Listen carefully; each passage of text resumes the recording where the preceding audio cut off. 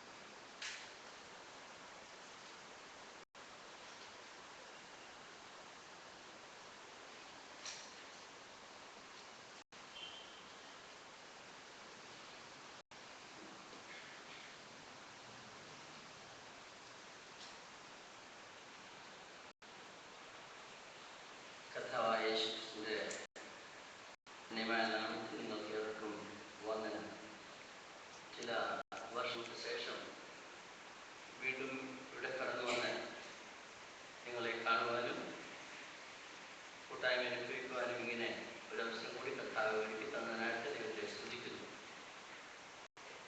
ആദ്യമായിട്ട് 2007 ഞാനിവിടെ കടന്നു വരുന്നത്. ഈ വിധത്തിലുള്ള ഒരു ക്ലാസ് ക്രമീകരിച്ചിരുന്നു. വെളിപ്പാട് പുസ്തകത്തെക്കുറിച്ച് സംസാരിക്കുവാൻ ഞാൻ ആവശ്യപ്പെട്ടു. അതും 3 ദിവസം കൊണ്ട് വെളിപ്പാട് പുസ്തകം എഴുതി തീർക്കണം. അതാണ് എന്നോട് ആവശ്യപ്പെട്ടത്. ഞാൻ ആദ്യം കേട്ടപ്പോൾ ഞെട്ടിപ്പോയി, എന്താണെന്ന് ചോദിക്കുക. എന്നാൽ ദൈവം വളരെയേറെ ആദ്യമായിട്ടാണ് അങ്ങനെ ചെയ്യുന്നത്. ദൈവം വളരെ കൃപ നൽകി. അന്ന് 3 ദിവസം കൊണ്ട് വെളിപ്പാട് പുസ്തകം 22 അധ്യായം 1 മുതൽ 22 അധ്യായം ഒരു രൂപരേഖ ഔട്ട്ലൈൻ നൽകുവാൻ ദൈവം സഹായിച്ചു. ആ പഠനം എൻ്റെ ജീവിതത്തിൽ വളരെയേറെ സ്വാധീനിച്ചു എന്നുള്ളതിന് സംശയമില്ല. അത് മുഖാന്തരം വീണ്ടും അത് ഡെവലപ്പ് ചെയ്യുവാനും ഏകദേശം 7-8 മണിക്കൂർ കൊണ്ട് വളരെ മനോഹരമായ വിധത്തിൽ വെളിപ്പാട് പുസ്തകം തീർക്കുന്ന ഒരു സ്കീം ഇടയാക്കി. അതുകൊണ്ട് കഴിഞ്ഞ 5 വർഷമായിട്ട് വാസ്തവത്തിൽ ഇന്ത്യയുടെ പല ഭാഗങ്ങളിൽ അത് കേട്ടവർ ആവശ്യപ്പെടുകയും അതിന് ആ ശുശ്രൂഷകൾ ചെയ്യുവാൻ എന്നെ ദൈവം സഹായിച്ചു. ദൈവത്തിന് സ്തോത്രം ചെയ്യുന്നു. അതുപോലുള്ള ഒരു ടാസ്ക് ആണ് ഇപ്പോൾ എന്നെ ഏൽപ്പിച്ചിരിക്കുന്നത്. എന്നോട് ആവശ്യപ്പെട്ടത് കർത്താവിൻ്റെ 2ാം വരവ് കുറിച്ച് ഒരു ഔട്ട്ലൈൻ 3 ദിവസം കൊണ്ട് നൽകണം. വളരെ പേടി തോന്നി അതും കേട്ടിട്ട്. കാര്യം 70 മണിക്കൂറുകൾ പഠിപ്പിച്ചിട്ടുള്ള ക്ലാസ്സുകളാണ്.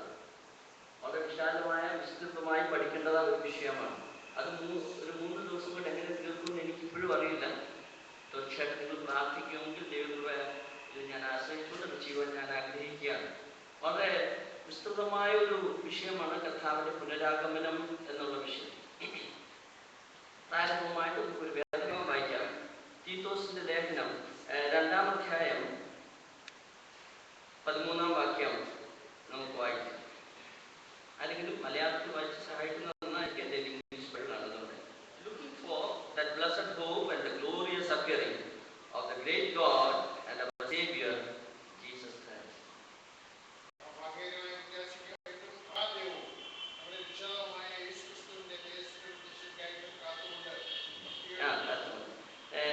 ഈ വായിച്ച വേദഭാഗത്തിൽ ദൈവത്തിൻ്റെ ആത്മാവ് ധാരാളമായിട്ട് കൃപ പകരുവാനാണ്.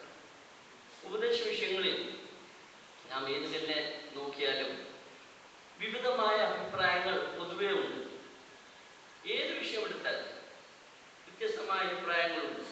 രക്ഷയെക്കുറിച്ച് പറഞ്ഞാലും സ്നാനത്തെക്കുറിച്ച് പറഞ്ഞാലും വ്യത്യസ്തമായ അഭിപ്രായങ്ങളുണ്ട്. അതുപോലെ തന്നെ ഈ പ്രവചന വിഷയങ്ങളെ കുറിച്ച് പറയുമ്പോഴും വിഭിന്നമായ അഭിപ്രായങ്ങളും ഉണ്ട്. സ്വാഭാവികമാണ്. അത് വേദപുസ്തകത്തിന്റെ പരിമിതിയല്ല, മനുഷ്യന്റെ പരിമിതിയാണ്.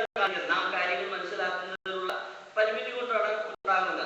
നമുക്ക് സ്നാനത്തെ കുറിച്ച് പറഞ്ഞു കഴിഞ്ഞാൽ എത്രയോ വിഷയങ്ങൾ. ചിലർ പറയും ശിശുസ്നാനമാണ് ശരി, ചിലർ പറയും മുതിർന്ന സ്നാനമാണ് ശരി, ചിലർ പറയും വിശ്വാസ സ്നാനമാണ് ശരി. എത്രയോ അഭിപ്രായ വ്യത്യാസങ്ങളൊക്കെ മുഴുവൻ സ്പ്രിംഗ്ലിംഗ് ആണ്, ഇങ്ങനെയൊക്കെ പല അഭിപ്രായങ്ങളുണ്ട്.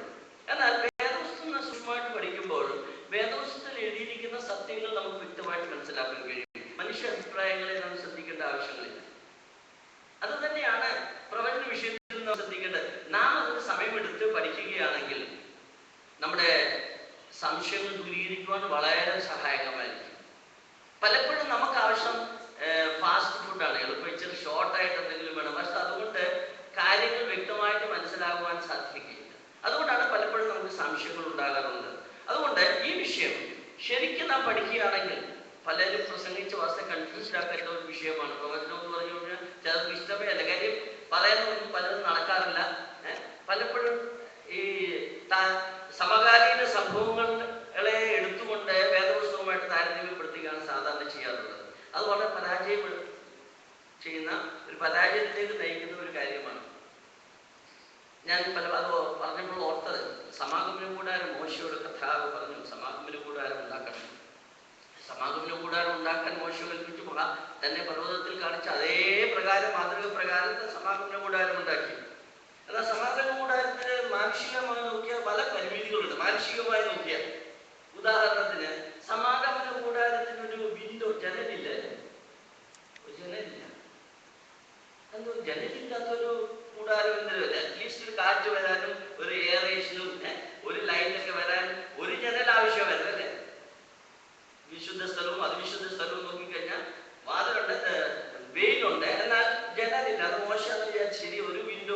ഉണ്ടാക്കി കളയാമെന്ന് മോശ വിചാരിച്ചില്ല. എന്തുകൊണ്ട് ജനൽ ഉണ്ടായിരുന്നില്ല? ദൈവം ആഗ്രഹിക്കുന്ന അതാണ്. കാരണം സമാഗമന കൂടാരത്തിന്റെ ഉള്ളിലിരിക്കുന്ന നിലവിളക്ക്, മേശ, ആ വലിയ വസ്തുക്കൾ അഥവാ അതിവിശുദ്ധ സ്ഥലം ഇരിക്കുന്ന കവനൻ, ഇതൊക്കെ വാസ്തവത്തിൽ അവിടെ മനസ്സിലാക്കണമെങ്കിൽ നാച്ചുറൽ ലൈറ്റിന്റെ വെളിച്ചത്തിലല്ല മനസ്സിലാക്കേണ്ടത്. സ്വാഭാവികമായ ഒരു ജനൽ ഉണ്ടായിരുന്നേ ലൈറ്റ്, നാച്ചുറൽ ലൈറ്റ് വരും, അതുകൊണ്ട് അവർക്ക് കാണാൻ കഴിയും. എന്നാൽ ദൈവം ആഗ്രഹിക്കുന്നത് it should not be visible with the natural light, the divine light. അവിടെ വിളക്കുണ്ട്, ആ വിളക്കിന്റെ വെളിച്ചത്തിലായിരിക്കണം, ദൈവവചനത്തിന്റെ വെളിച്ചത്തിലായിരിക്കണം ദൈവിക സത്യങ്ങൾ മനസ്സിലാക്കണം. അതുകൊണ്ടായിരുന്നു ദൈവം അവിടെ ജനലൊന്നും അനുവദിച്ചിരുന്നില്ല. ഇത് തന്നെ പ്രമാണം നമ്മുടെ വേദപുസ്തകം പഠിക്കുമ്പോഴും, പ്രത്യേകിച്ച് പ്രവചനങ്ങൾ പഠിക്കുമ്പോൾ ഉണ്ടാകുന്ന ദോഷം അത് അല്ല. നാം ലോക സംഭവങ്ങളുടെ വെളിച്ചത്തിലാണ് വേദപുസ്തകം നാം അനലൈസ് ചെയ്തത്. എവിടെയെങ്കിലും ഒബാമ ചെയ്തത് വേദപുസ്തകത്തിലുണ്ടോ എന്നാണ് നമ്മൾ അന്വേഷിക്കുന്നത്. That is not the right thing to do. വേദപുസ്തകം എന്ന് പറയുന്നു we should examine the world events or whatever happens in this in the light of the God's word.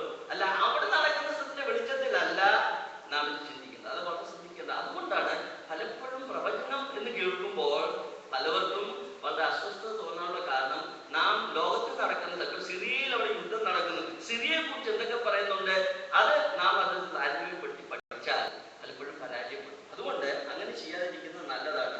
ഞാനിത് പ്രാരംഭമായിട്ട് പറയാൻ കാരണം, ഈ ദിവസത്തെ 3 ദിവസത്തെ പഠനത്തിന്റെ പ്രധാനമായ ഉദ്ദേശം പ്യുവർലി സ്ക്രിപ്ചറലി ബേസ്ഡ്. ഞാൻ ലോകത്തിൽ എന്തൊക്കെ നടക്കുന്നു എന്ന് അധികം ശ്രദ്ധിക്കാറില്ല.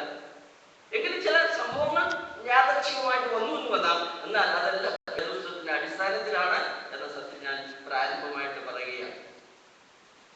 ഞാൻ പറഞ്ഞ പോലെ the second coming is a long term divine program.